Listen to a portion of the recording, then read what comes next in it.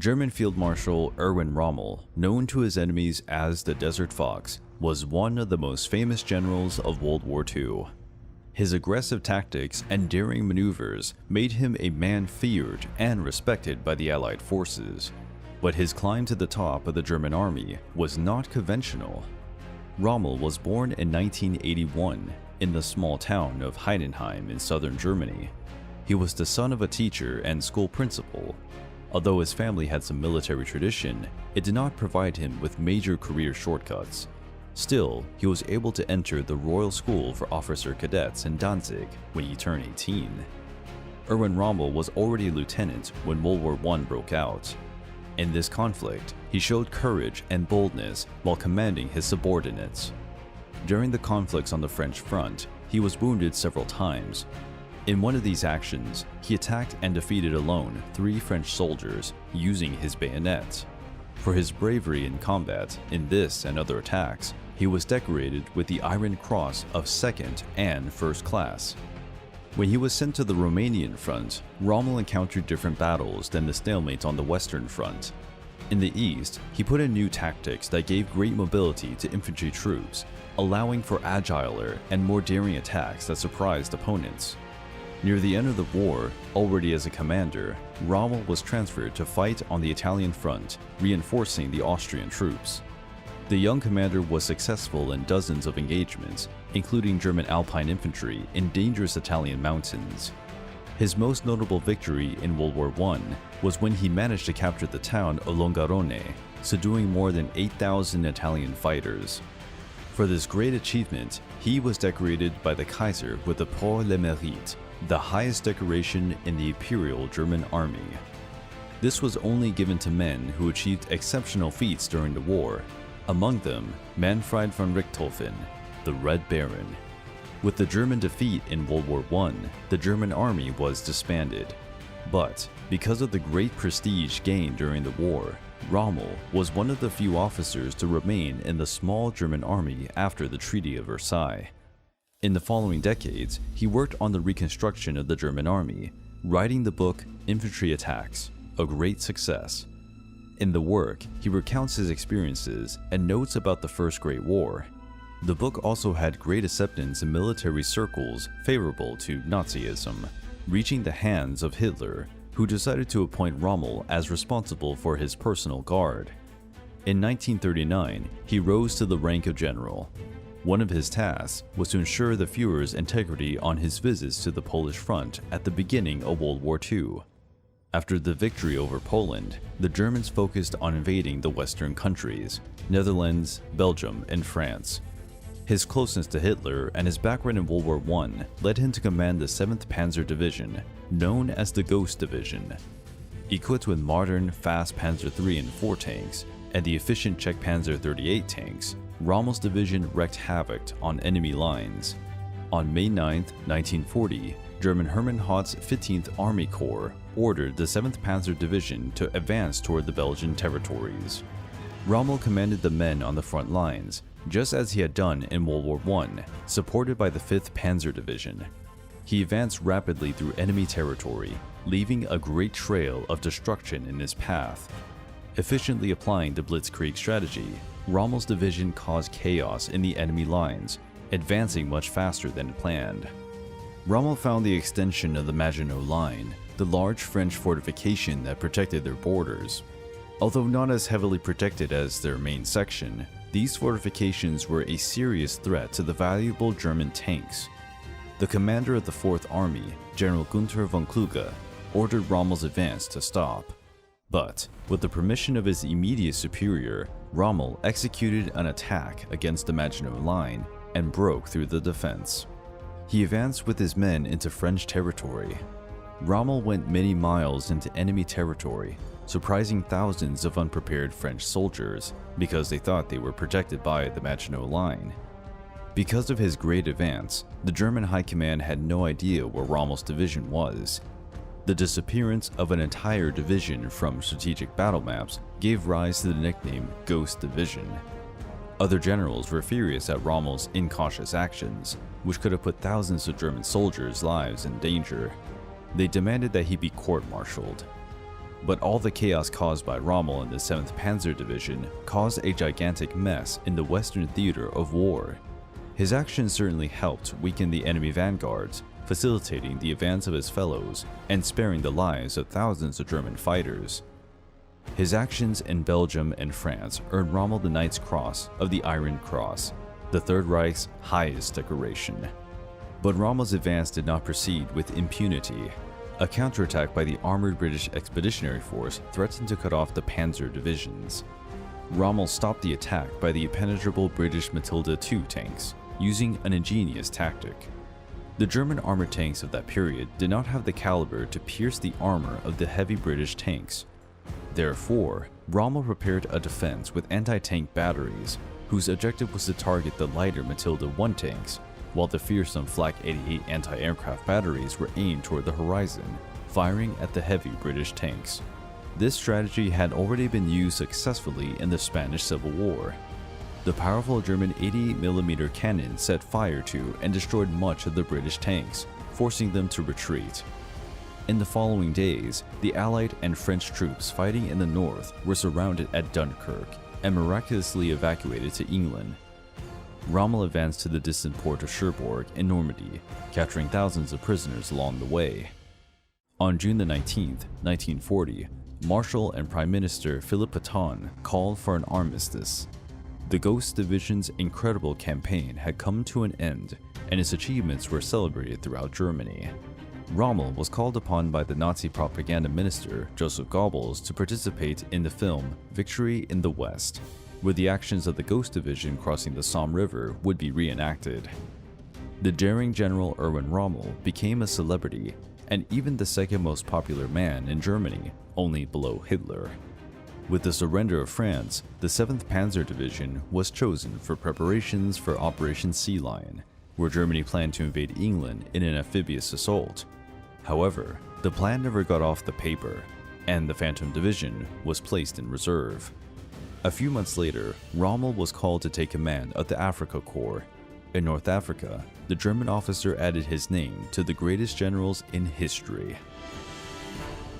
General Erwin Rommel became very popular after his victorious campaigns in France. The cancellation of Operation Sea Lion, whose aim was to invade the British Isles, caused Rommel to be transitioned to a new command on the Russian front during Operation Barbarossa. However, fate led the general to fight in a very different setting to the Russian steppes. In North Africa, Mussolini ordered an offensive on the British-dominated territories. However, the Italian operation was a debacle, and the Italian domains in Africa were threatened. In a gesture of goodwill towards its Italian allies, Germany sent an expeditionary force to Africa to support the Italian army. This force became known as the Afrika Korps. Rommel commanded these men, with the express order to support only the maintenance of Italian lines and positions. But Erwin Rommel was not satisfied with an insignificant role in the most important conflict in history. Rommel initiated offensive operations using the Blitzkrieg doctrine on the African war scene, achieving considerable territorial gains. In 1942, the Afrika Korps was reinforced with new equipment and many supplies. Rommel felt he could defeat the British even with a much smaller army. His first major objective was Tobruk, an important and fortified Libyan city, which protected an important port in North Africa. Conquering this port was essential to supply the advancing German forces heading towards British Egypt. In cooperation with the Italians, Rommel led a surprise attack on the fortress of Tobruk. But the surprise effect on the operation was lost, as the British had identified the cryptography that the Germans used in their communications. However, the Allied troops did not expect the boldness and adaptability of the German general. Rommel surrounded Tobruk. After days of arduous battles, the general and his Panzer Division, with just over 100 tanks, destroyed more than 200 enemy armored cars. However, much of the credit for the victories over the British armored cars was not due to the German tank crews, but to the operators of the Flak 88, a German 88mm anti-aircraft cannon that Rommel used in an alternative form as an anti-tank weapon. Due to the few obstacles in the African desert, the 88 cannon could be used to hit enemy armored personnel up to 1 kilometer. The weapon's accuracy knocked out enemy tanks with a single shot. On June the 21st, 1942, the fortress of Tobruk would surrender, and Rommel would take more than 30,000 prisoners of war and capture tons of equipment and supplies. This victory was a blow to the morale of the British people, as the enemy was outnumbered and had few resources and supplies. The news of Rommel's major victory had a great impact to Germany and the world. Hitler promoted him to marshal the German army. On hearing the promotion, Rommel is reported to have said that he would have preferred to have received one more division. Erwin Rommel was at the peak of his military career. His face filled the cover of magazines around the world, becoming globally known as the Desert Fox. But Rommel was intent on increasing his conquest and reaching the Suez Canal, stifling the British maritime trade that supplied the Crown's domains. In England, Winston Churchill was furious at the British defeat and said this phrase, "Defeat is one thing, disgrace is another." He changed the commander of the British Army in Egypt, handing the leadership to General Montgomery. The German army advanced towards Egypt to fight in the most decisive battle of the African theater of the war, the Battle of El Alamein. Rommel had won a huge victory at Tobruk, so the British army was disorganized and dismayed. The Desert Fox knew he was racing against time, as his supply lines were strangled. With that, he would grow weaker day by day, while the British received more and more reinforcements. Near the town of El Alamein, Axis and Allied forces would collide. Rommel's troops were blocked by a powerful artillery barrage. Fake tanks were even used to deceive and confuse the Germans. The strength of the Allied army was far superior to the opponent. Allied victory seemed a matter of time. The resistance of the German lines was remarkable. However, the lack of supplies limited the Germans' reaction. Finally, the German lines gave way in what was the beginning of the end of the Afrika Korps. Rommel, used to only victories, began to feel the bitter taste of defeat. Hitler ordered Rommel to hold his ground, fighting to the death alongside his men. But Rommel did not condemn his brothers-in-arms to a senseless death. He disobeyed Hitler's orders and ordered a retreat. The way Rommel commanded the strategic withdrawal on his way to Tunisia is considered a great military achievement. Even though he was heavily attacked by the RAF and almost without supplies, he prevented his army from being surrounded and destroyed. On reaching Tripoli, Rommel was reinforced by the 5th Panzer Army, which had modern tanks, including the remarkable Tiger. Rommel thought that everything would have been different if those reinforcements had been at El Alamein. The German troops were in a very complex situation. In the east, the British were advancing against them. In the west, American troops had just landed. The African campaign was decided. The Axis forces were postponing the inevitable, but Rommel still managed one last victory before the Allies. At Kasserine Pass, 30,000 American troops met 22,000 Axis soldiers, but the American soldiers were inexperienced and were fighting against men who had been battling incessantly on those lands for over a year. It was a massacre. Over 10,000 Americans died that day, and only 2,000 Germans perished. But the Afrika Korps could not resist the British advances. Rommel was recalled to Berlin as his men surrendered to the Allied forces. For defeating the Desert Fox, Montgomery received a noble title, becoming Viscount of El Alamein. In 1943, Rommel was chosen to oversee the defenses of Western Europe against an imminent Allied amphibious assault. These defenses became known as the Atlantic Wall.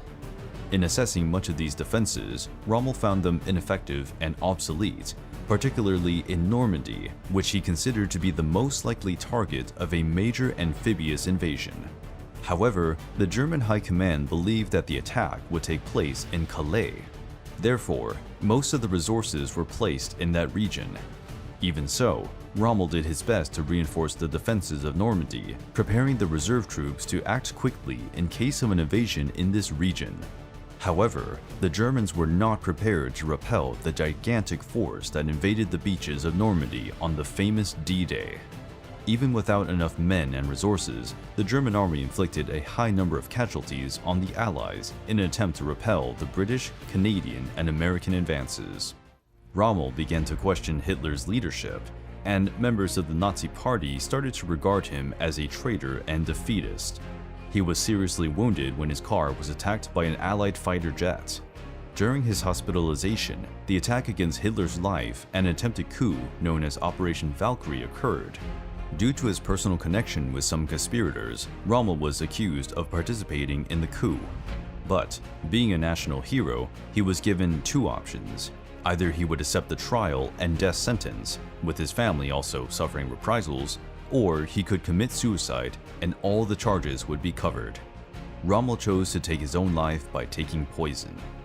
On October the 18th, 1944, the funeral of one of the greatest generals of the German army took place. He was celebrated by the people, receiving all the military honors due to a national hero of Nazi Germany. Although he had a career with brilliant moments, it is important to remember that Rommel should not be admired beyond his military skills. Until near the end of the war, he was a fervent Nazi, a deep admirer of Hitler, and an anti-Semite.